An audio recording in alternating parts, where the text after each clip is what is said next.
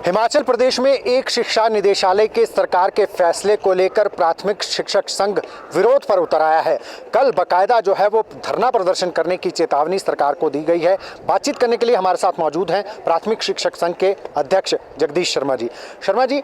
सरकार फैसला लेती है कि एक शिक्षा निदेशालय होना चाहिए, उसकी अधिसूचना भी जारी हो जाती है, लेकिन आप लोग इसका विरोध कर रहे हैं। बकायदा आपने सरकार को लिखा है कि आप धरना प्रदर्शन करेंगे, क्या इसकी वजह है? देखिए, एक निदेशालय का विरोध हमने कभी नहीं किया है।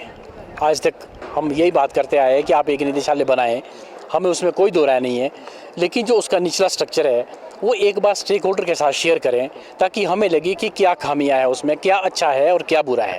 लेकिन वो सरकार ने मीटिंग में हमारे माना भी कि ये होगा, लेकिन उस पर कोई एसओपी उन्होंने जारी नहीं की और बिना मतलब के जो हमारा प्रमोशन चैनल है वो सारा ध्वस्त हो जाएगा। अभी क्या है कि डायरेक्टर आईएएस होंगे, उसके नीचे जहाँ तक इनकी प्लानिंग है कि भाई वो डिप्टी डायरेक्टर भी एचएस लगाने हैं और डिप्टी डायरेक्टर की दो पोस्टें हुआ करती है जिला में, अपर की अलग होती है, प्राइमरी की अलग होती है, लेकिन वो एक ही रहेगी। तो इस तरह से अभी भी हमारे जो एस्टेब्लिशमेंट है, कोई सर्विस बुक है, कोई दूसरे काम है, तो वो 15-15 दिन डिले होते हैं। जब तो इतना सारा स्ट्रक्चर इकट्ठा कर दिया जाएगा तब तो पता नहीं कितना टाइम लगेगा और इसमें सुधार नहीं होगा, बल्कि उल्टा जो है वो पतन की ओर हम लोग जाएंगे। लेकिन सरकार कह रही है कि शिक्षा में गुणवत्ता को लेकर ही ये फैसला लिया जा रहा है, जो शिक्षा निदेशालय की बात की जा रही है। आप कह रहे हैं कि अगर इस तरीके से कार्य होगा तो शिक्षा जो प्रणाली है वो ध्वस्त हो जाएगी। क्यों ऐसा लगता है आपको? देखो, शिक्षा में गुणवत्ता कैसे आती है, मुझे लगता है कि जो शिक्षाविद है उसको ज़्यादा समझ सकते हैं, क्योंकि उनको शिक्षा के क्षेत्र का ज़्यादा अनुभव है। उनको तो कोई विश्वास में ले नहीं रहा, ये तो सिर्फ ब्यूरोक्रेट्स की एक कमेटी बना करके। और ये बड़ा हास्यास्पद है कि कमेटी, मैं अगर कमेटी का गठन करूं, मैं अपने आप को चेयरमैन बन जाऊं, अपने परिवार के लोगों को उसमें मेंबर रखूं और अपने हिसाब से उनसे रिपोर्ट तैयार कराऊं, मुझे ही वो रिपोर्ट आएगी, मैं ही उसको इम्प्लीमेंट करूंगा, तो ये कहाँ तक ठीक है? आप इस बात को समझें, इस बात की ओर ध्यान दें। हम ये कह रहे हैं कि हमारे कहने से नहीं, आप छोड़ दो, पीटीएफ को मत पूछो उसमें। हम नहीं बोल रहे कि पीटीएफ को ही लो, अगर सबसे बड़ा स्टेक होल्डर पीटीएफ है तब भी पीटीएफ को मत लो। लेकिन जो शिक्षाविद है, जिनका शिक्षा के क्षेत्र में अनुभव है, उनकी कमेटी बनाओ, उनसे थोड़ा सर्वे कराओ, वो रिपोर्ट भेजेंगे, उस पर अमल करो। अब एक आईएएस को प्राइमरी स्ट्रक्चर का मुझे नहीं लगता कि ज़्यादा अनुभव होगा। लेकिन जो प्रणाली चली आई थी कि अलग अलग निदेशालय थे, क्या वो सही नहीं है आपकी नज़र में? अगर वैसी ही व्यवस्था रहे, एक शिक्षा निदेशालय की जो बात कही जा रही है, क्योंकि अब शिक्षा स्कूल जो है वो बहुत ज़्यादा हो गए हैं, शिक्षा अब जो है वो बड़ा एक व्यापक जो है वो हो गया है, तो इस ऐसे में अगर जो पुरानी व्यवस्था रहे, क्या वो ठीक नहीं है? बिल्कुल, पुरानी व्यवस्था भी बहुत बढ़िया थी, लेकिन हम ये कह रहे थे कि अगर इसमें आप बदलाव करना चाहते हैं तो पुरानी व्यवस्था के मुताबिक प्री प्राइमरी से 8वीं तक का एक निदेशालय था और 9वीं 10वीं और 11वीं 12वीं का अलग निदेशालय था। तो अगर हमारा तो ये सुझाव था कि हमारी इस्टेब्लिशमेंट सबसे ज़्यादा है, 10,000 से ऊपर प्राइमरी स्कूल्स ही है भाई। अगर आपने ऐसा नहीं करना तो प्री प्राइमरी से लेकर के 5वीं तक एक निदेशालय दे दो और 6ठी से आगे जो 12वीं तक दूसरा निदेशालय दो। उसमें एक चीज़ और भी थी कि कुछ पोस्टें हमारे पास ऐसी, जैसे टीजीटी है, वो मिडिल स्कूल में भी होते हैं और हाई स्कूल में भी होते हैं। वो 6ठी से 8वीं की कक्षाओं को भी पढ़ाते हैं और 9वीं से 10वीं की कक्षाओं को पढ़ाते हैं। अगर ये 8वीं तक का एक निदेशालय और 8वीं से ऊपर का दूसरा निदेशालय रहता है तो टीजीटी की जो एस्टेब्लिशमेंट है वो डिस्टर्ब रहती है। कभी वो प्राइमरी के एस्टेब्लिशमेंट में आएगा, कभी वो हायर के उसमें जाएगा। लेकिन अगर 5वीं तक का इसको एक निदेशालय रखते हैं तो ना कोई प्राइमरी वालों को दिक्कत रहेगी, ना कोई ऊपर का जो स्टाफ है उनको कोई दिक्कत रहेगी और काम भी बढ़ जाएगा और बढ़िया ढंग से होगा। शिक्षा में जो गुणवत्ता है वो आएगी, वो दिख रही है।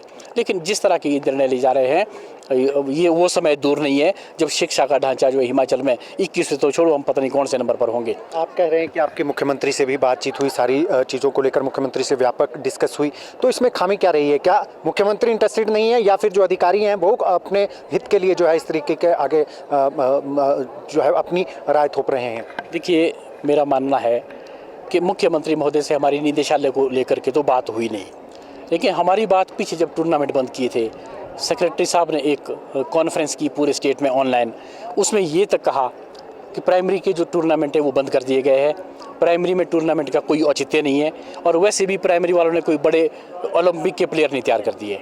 तो हमारे जो शिक्षक थे उसमें नाराज़गी थी कि भाई ऐसा वक्तव्य एक जिम्मेवार व्यक्ति को नहीं देना चाहिए। उसको लेकर के हमने शिक्षा मंत्री महोदय से रिक्वेस्ट किया कि आप इस बात को मुख्यमंत्री के सामने रखे और हम भी बात करेंगे वहाँ।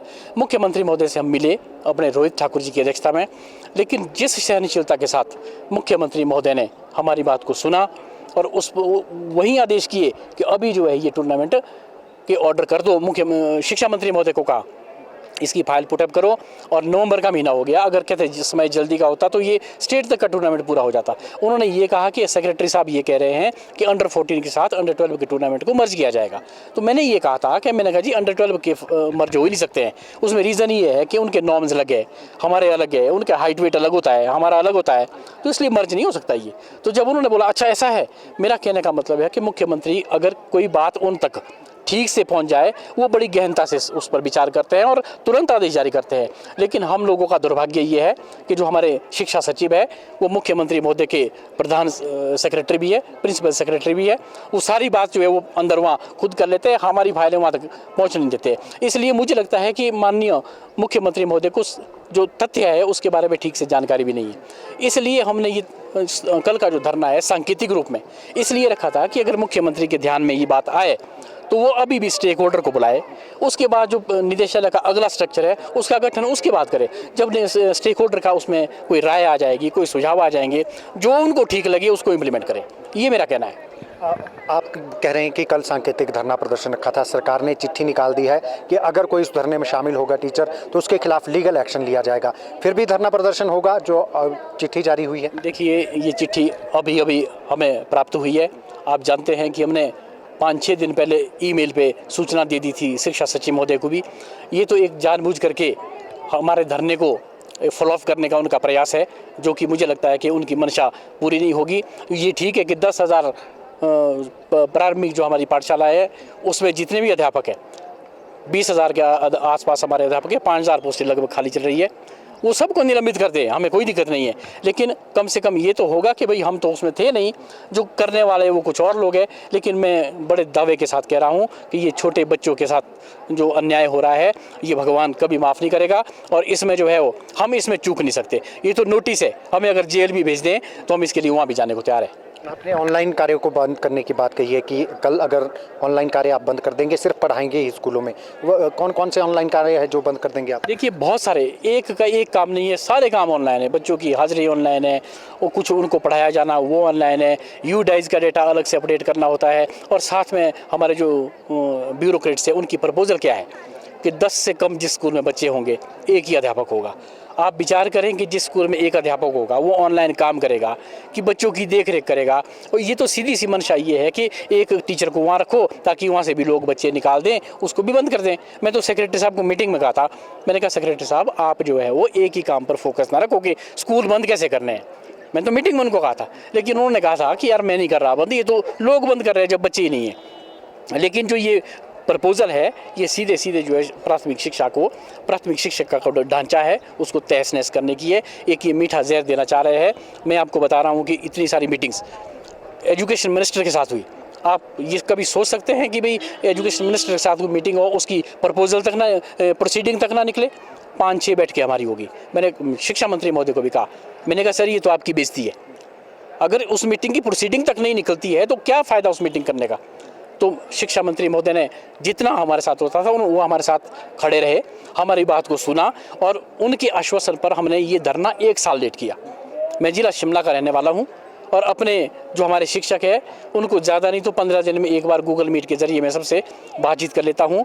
ये विरोध 1-1.5 साल पहले हो गया था कि हमारे शिक्षा के ढांचे को जो है वो तहस नहस करने का प्रयास है। टूर्नामेंट बंद कर दिए गए, एक एक करके जो है ये धीरे धीरे मीठा जहर दे रहे हैं, आप थोड़े चौकन्ने हो जाओ। मैंने बोला ऐसा नहीं है, सरकार की मजबूरियाँ होती है, एक परिवार भी चलाना हो तो उसमें भी दिक्कत आती है, बड़ी सारी दिक्कतें हैं। आपको पता फाइनेंशियली बड़ी दिक्कत है।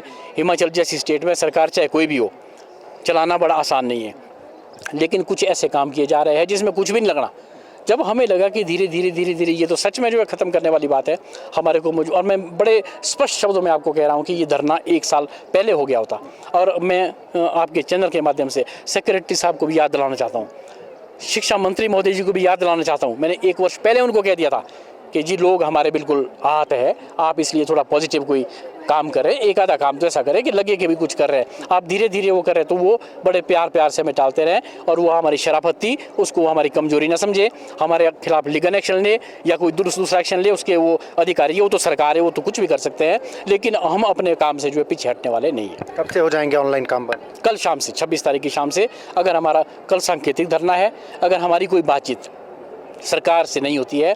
सरकार हमें बातचीत के लिए नहीं बुलाती है, कोई आश्वासन हमें नहीं देती है कि ये जो स्ट्रक्चर है ये स्टेक होल्डर को विश्वास में लेकर के आगे बढ़ाया जाएगा, तब तक कुछ नहीं इसमें परिवर्तन किया जाएगा। तो हम ठीक है, बातचीत में कल अगर ऐसा कुछ हुआ तो हम उसके लिए तैयार है। वो स्टेक होल्डर को बुलाए, उन्हें लगता है कि पीटीएफ को नहीं बुलाना तो ना बुलाए, लेकिन किसी और को जो शिक्षाविद है उनको लेकर के पॉजिटिव जो रिस्पॉन्स है उनसे ले, उसको लेकर के अगला प्लान करे। अगर ऐसा कुछ नहीं होता है तो कल शाम से जो है वो कल शाम को हमारी एक गूगल मीट हो जाएगी। कल हम मैसेज कर देंगे, हमने बोला लोगों को कि हम प्रयास करेंगे। हम तो सरकार को ये सूचित करना चाह रहे हैं, सिर्फ सांकेतिक धरने का मतलब है कि एक संकेत है कि जी हमारा रोष है, इसलिए आप इसमें विचार करें। अगर उनको अच्छा लगे तो वो उसमें विचार करें, अगर नहीं लगे तो फिर हमने तो अपना निर्णय ले लिया। बहुत बहुत शुक्रिया। तो ये थे हमारे साथ जगदीश शर्मा जी, प्राथमिक अध्यापक शिक्षक संघ के प्रदेशाध्यक्ष हैं। साफ तौर पर ऐलान कर दिया है कि सरकार ने चाहे नोटिस जारी किया हो, चाहे सभी शिक्षकों को निलंबित कर दे, धरना तो होकर ही रहेगा। और कल से अगर कोई इसके कोई सरकार की तरफ से जवाब नहीं आता है तो सारे ऑनलाइन काम जो है वो बंद कर दिए जाएंगे। दैनिक सवेरा टीवी के लिए शिमला से कैमरामैन डीसी भारद्वाज के साथ गजेंद्र शर्मा।